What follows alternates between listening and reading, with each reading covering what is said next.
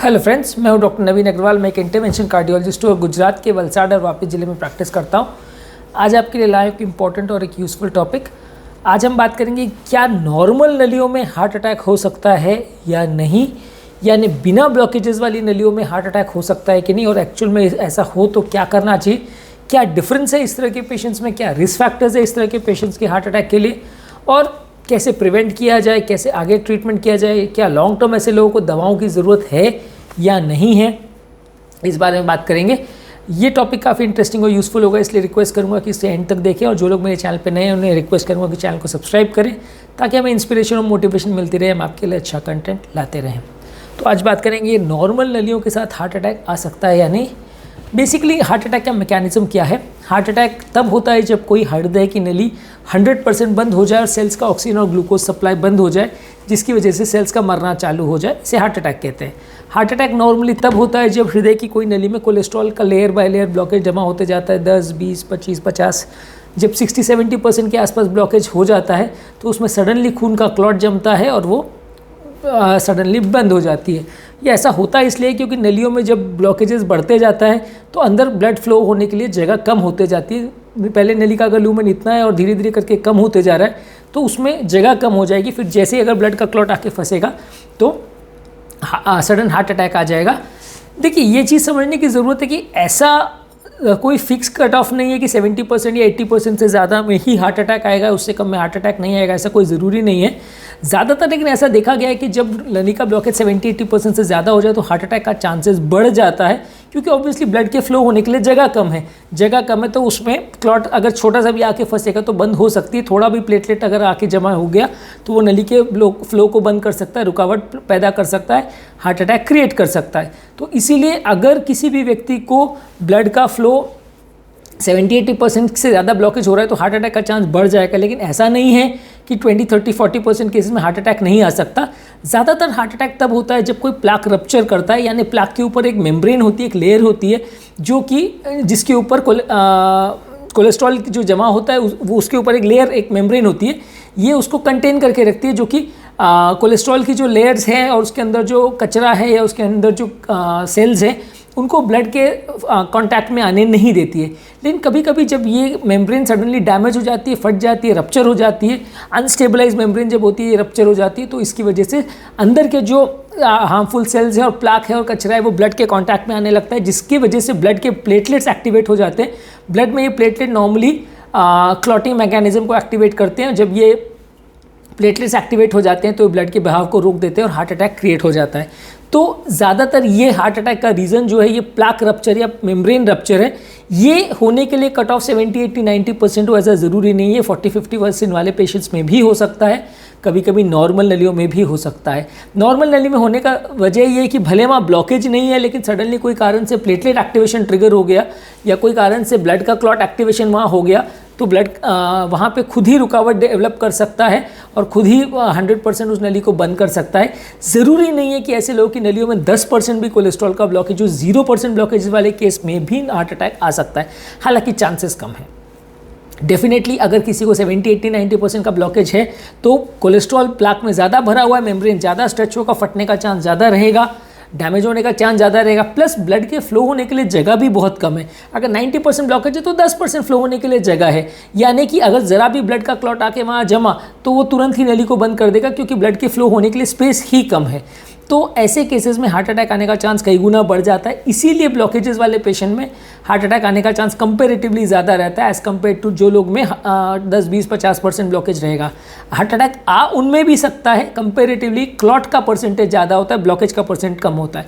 Regular व्यक्ति में या उम्र दराज पेशेंट्स में जब हार्ट अटैक आते हैं तो ब्लॉकेज में कोलेस्ट्रॉल का परसेंटेज ज़्यादा होता है, इन्हें 70-80-90% कोलेस्ट्रॉल होता है, 10-20% उसमें क्लॉट आके फंस जाता है तो नली बंद हो जाती है। जबकि यंग पेशेंट्स में या बिना रिस्क फैक्टर्स वाले पेशेंट में हार्ट अटैक जब आता है तो कोलेस्ट्रॉल का ब्लॉकेज का परसेंटेज कम होता है, क्लॉट का परसेंटेज ज़्यादा होता है। ज़्यादातर ये यंग पेशेंट में, व्यसन करने वाले पेशेंट में, खासकर स्मोकिंग टोबैको लेने वाले पेशेंट में, लाइफस्टाइल स्ट्रेस की वजह से, आजकल लाइफस्टाइल स्ट्रेस बहुत इंपॉर्टेंट रिस्क फैक्टर है जिसकी वजह से नॉर्मल नलियों की वजह पेशेंट्स में भी हार्ट अटैक आ सकता है। तो इसीलिए अगर किसी व्यक्ति का एंजियो नॉर्मल है या उसका कोरोनरीज बिल्कुल क्लीन भी है तो भी वो कंप्लीटली 100% अपने आप को श्योर नहीं मान सकता कि मुझे कभी हार्ट अटैक नहीं आएगा। परसेंटेज चांसेस बहुत कम रहेगा कंपेरेटिवली, अगर वो लाइफस्टाइल प्रॉपर्ली फॉलो करे, स्ट्रेस वगैरह नहीं ले, दवा गोली वगैरह अगर कोई चल रही हो तो रेगुलरली ले, रिस्क फैक्टर्स को कंट्रोल करे, एक्सरसाइज वगैरह करे, तो हार्ट अटैक आने का चांस उसमें ब्लॉकेज वाले जो पेशेंट है उसके कंपैरिजन में कम होगा। ब्लॉकेजेस को जो स्टेंट हम ट्रीट करते हैं या उसमें जो ट्रीटमेंट करते हैं उसका कारण यही होता है कि जितना कचरा है उसको हम साइड पे कर देते हैं ताकि ब्लड में जो कोलेस्ट्रॉल है वो ब्लड के कांटेक्ट में ना आए, उसमें क्लॉटिंग ना ट्रिगर हो और वो कचरा एक तरह से साइड पे हो जाए, ब्लड के फ्लो में या उसके बहाव में कोई रुकावट उत्पन्न ना करे। जो 100% या 80-90% ब्लॉकेज है उसको 0% करने का पर्पज़ यही रहता है कि ब्लड का फ्लो अनरिस्ट्रिक्टेड रहे और वो हार्ट अटैक ट्रिगर ना हो। लेकिन 0% ब्लॉकेज वाले पेशेंट में भी हार्ट अटैक हो सकता है अगर वहाँ पे कोई प्लाक रप्चर हुआ हो या सडनली इन विट्रो सडनली वहाँ पे क्लॉट बन गया और बिना किसी कारण के सिर्फ ब्लड में क्लॉटिंग एक्टिवेट हो गई, इसकी वजह से भी हो सकता है। ऐसे लोगों में भी हार्ट अटैक वही होता है, सिम्टम्स वही होते हैं, ईसीजी में साइन सिम्टम्स मैनिफेस्टेशन सब वही होते हैं। हाँ, ये तरह के पेशेंट्स में रिस्क फैक्टर्स थोड़े ज़्यादा होते हैं, यंग ज़्यादा लोग होते हैं। जैसे जैसे उम्र बढ़ते जाती है कोलेस्ट्रॉल के ब्लॉकेजेस का परसेंटेज बढ़ जाता है, यानी कि प्रैक्टिकली अगर आप 50, 60, 70 साल के व्यक्ति का किसी का एंजियो करेंगे हार्ट अटैक के पेशेंट में तो उसमें नॉर्मल या रिकैनलाइज वेसल आए वो उसका चांस बहुत कम है। यंग पेशेंट में जहाँ 20, 25, 30 साल में किसी को हार्ट अटैक आए वहाँ पे नली में क्लॉट का परसेंटेज ज़्यादा होगा, ब्लॉकेज का परसेंटेज कम होगा। वैसे लोगों में अगर आप एंजियोग्राफी करेंगे तो उसमें नॉर्मल नली के निकलने का चांस ज़्यादा होगा। इसे रिकैनलाइज्ड कोरोनरीज बोलते हैं, यानी कि अटैक की वजह से नली बंद हो गई थी, क्लॉट खुल गया, नली अपने आप खुल गई तो उसकी वजह से नली रिकैनलाइज हो गई। ऐसे लोगों में स्टेंट करने का ज़रूरत नहीं पड़ता है। ऐसे लोगों में जो खून पतला करने वाले थ्रोम्बोलिटिक थेरेपी या इंजेक्शन देते हैं उसका सक्सेस रेशियो ज़्यादा रहता है क्योंकि ये इंजेक्शन खाली क्लॉट को ही घोल सकते हैं और उम्रदराज पेशेंट में ब्लॉकेज ज़्यादा है, क्लॉट कम है तो असर इंजेक्शन का कम रहेगा। अगर यंग पेशेंट है वहाँ क्लॉट ज़्यादा है, ब्लॉकेज कम है तो असर इंजेक्शन का ज़्यादा रहेगा। इसलिए थ्रोम्बोटिक थेरेपी का सक्सेस रेशियो यंग पेशेंट्स में ज़्यादा रहता है। यानी 30-40 साल का कोई व्यक्ति उससे कम एज में अगर कोई हार्ट अटैक लेके आता है तो उसमें अगर हम खून पतला करने का इंजेक्शन देते हैं तो काफ़ी ज़्यादा चांसेस है कि नली अच्छे से खुल भी जाएगी और उसमें आगे स्टेंटिंग ना लगे। लेकिन हाँ, 40 की एज के बियॉन्ड अगर कोई व्यक्ति हार्ट अटैक लेके आता है तो वो इंजेक्शन से भले नली खुल भी जाए उसका सक्सेस रेशियो 30-50% जैसा रहता है, उतना ही रहेगा। लेकिन हाँ, ज़्यादातर केस में स्टेंटिंग ज़रूर लगेगी क्योंकि कोलेस्ट्रॉल का ब्लॉकेज 70-80 से ज़्यादा ऑलरेडी होगा, इसीलिए वहाँ पे हार्ट अटैक ट्रिगर हुआ।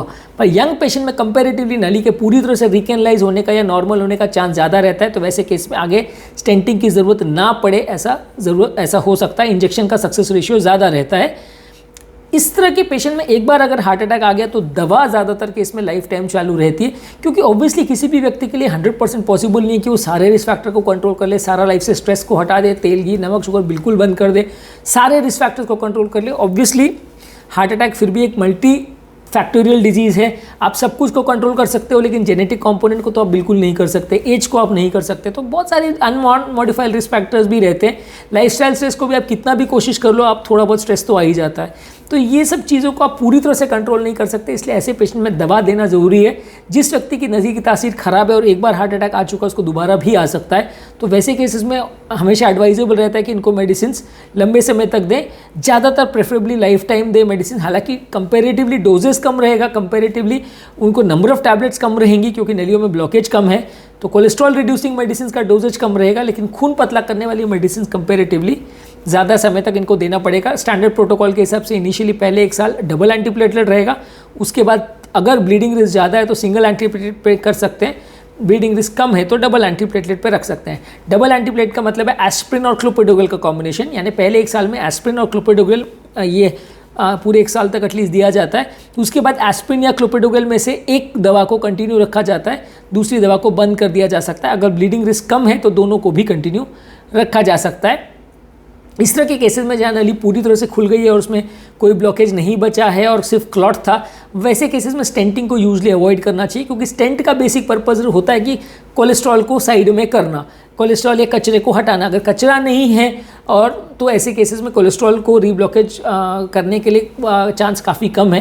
तो वैसे केस में अगर ब्लड का क्लॉट था और वो पूरी तरह इंजेक्शन से या दवा से घुल गया है तो स्टेंटिंग कई बार अवॉइड किया जाता है, ऐसे पेशेंट को दवा गोली पे रखा जाता है। हाँ, कुछ % केसेस में रिकरेंस होने का चांस रहता है। अगर पेशेंट खासकर अगर लाइफस्टाइल पर ध्यान ना दे, तेल घी वगैरह ये सब चीज़ें कम ना करे, अपनी ज़िंदगी और अपने लाइफ जीने के तरीके को ना बदले, कोलेस्ट्रॉल खाना कम ना करे, व्यसन को ना कंट्रोल करे, तो दोबारा हार्ट अटैक आ सकता है। कई पेशेंट्स ऐसे हमने मरते भी देखे हैं कि वो एक बार हार्ट अटैक आया, हमने दवा पर छोड़ दिया, नली रिकैनलाइज हो गई थी, फिर 15-20 दिन या 1 महीने के बाद पेशेंट ब्रॉड डेड आया या पेशेंट दोबारा हार्ट अटैक लेके आ गया। ऐसा काफ़ी केस में देखा है। तो दवा ज़रूर लेते रहें और जितना हो रिस्क फैक्टर को कंट्रोल रखें तो चांसेस अच्छे हैं कि दोबारा नहीं होगा। ऐसे काफ़ी पेशेंट्स हमने देखे हैं जिसमें जैसे ही पेशेंट दवा बंद करता है तुरंत हार्ट अटैक लेके आता है और कई बार ज़िंदा हॉस्पिटल नहीं पहुंच पाता, ऐसे भी पेशेंट्स देखे हैं। तो इसलिए आपको अगर रिकैनलाइज भी हो गई नली या सिर्फ क्लॉट भी था, नॉर्मल नली में भी हार्ट अटैक आए तो भी हर हालत में दवा ज़रूर चालू रहेगी, क्योंकि वैसे केस में एक बार अगर अटैक आए तो दोबारा आ सकता है। नली की तासीर एक बार बिगड़ी तो दोबारा भी अटैक क्रिएट कर सकती है। तो आपको ध्यान और परहेज तो लाइफ टाइम मेंटेन करना है। इस टॉपिक के माध्यम से हमने डिस्कस किया कि नॉर्मल नलियों में भी हार्ट अटैक हो सकता है और इसका चांसेस कंपैरेटिवली ज़ीरो नहीं है। हाँ, यंग पेशेंट्स में इसका प्रेवलेंस ज़्यादा रहेगा। उम्रदराज पेशेंट में नॉर्मल नलियों में का होने का चांस कंपैरेटिवली कम है, क्योंकि उम्रदराज पेशेंट में कोलेस्ट्रॉल ज़्यादा रहता है, ब्लॉकेज में क्लॉट कम रहता है। यंग पेशेंट में क्लॉट ज़्यादा रहता है, ब्लॉकेज कोलेस्ट्रॉल का कम रहता है। इसलिए यंग पेशेंट में हार्ट अटैक नॉर्मल नली के साथ भी हो इसका चांस ज़्यादा रहता है। खासकर जो लोग स्मोकिंग, अल्कोहल, टोबैको वगैरह लेते हैं या व्यसन करते हैं या लाइफस्टाइल स्ट्रेस, एंग्जाइटी स्ट्रेस वाले लोग ज़्यादा रहते हैं, उसमें इसका चांस ज़्यादा रहता है। ऐसे लोगों में दवा गोली पे मैनेजमेंट किया जा सकता है। स्टेंट अवॉइड भी करे तो चलता है, इंजेक्शंस का इफेक्ट ज़्यादा बेटर आता है। उम्रदराज पेशेंट में ज़्यादातर पेशेंट में एंजियोप्लास्टी लगती है। दवा दोनों ही केस में लाइफ टाइम देनी पड़ती है। हमारे चैनल का बेसिक पर्पज़ है कि हार्ट और हेल्थ से रिलेटेड साइंटिफिकली करेक्ट इन्फॉर्मेशन हम आपके लिए इजीली अवेलेबल कराते हैं, ताकि इस तरह की इन्फॉर्मेशन के लिए आपको भटकना ना पड़े, आपको जगह जगह इसके लिए घूमना ना पड़े, आपको डॉक्टर्स और फ्रेंड्स और रिलेटिव्स पर डिपेंडेंट ना होना पड़े। डॉक्टर्स कई बार टाइम कंस्ट्रेंट की वजह से सारी इन्फॉर्मेशन नहीं दे पाते हैं और फ्रेंड्स और रिलेटिव से मिली हुई इन्फॉर्मेशन कई बार आधी सही आधी गलत होती है, जिसको फॉलो करने से कई बार फ़ायदा होने के बदले नुकसान भी हो जाता है। हम चाहते हैं कि इस तरह का कंटेंट आपके लिए इजीली अवेलेबल हो, ताकि आप उसको समझ सकें, बेटर मैनेज कर सकें और बेटर बीमारी को समझ के अपने पेशेंट की अच्छी केयर कर सकें।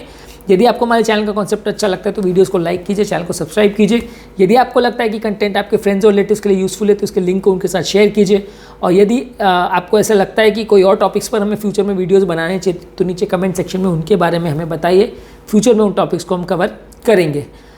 अंत में मैं डॉक्टर नवीन अग्रवाल तहे दिल से आपका शुक्रिया अदा करूँगा कि आपने मेरे टॉपिक को एंड तक देखा और आपके दिमाग में ये कॉन्सेप्ट क्लियर हो गया होगा कि नॉर्मल नली में भी हार्ट अटैक हो सकता है। यदि आपको हमारे चैनल का कॉन्सेप्ट अच्छा लगता है तो डेफिनेटली वीडियो को सब्सक्राइब कीजिए, ताकि हम इस तरह का अच्छा कंटेंट आपके लाते रहें और हमें इंस्पिरेशन और मोटिवेशन मिलती रहे। Thank you.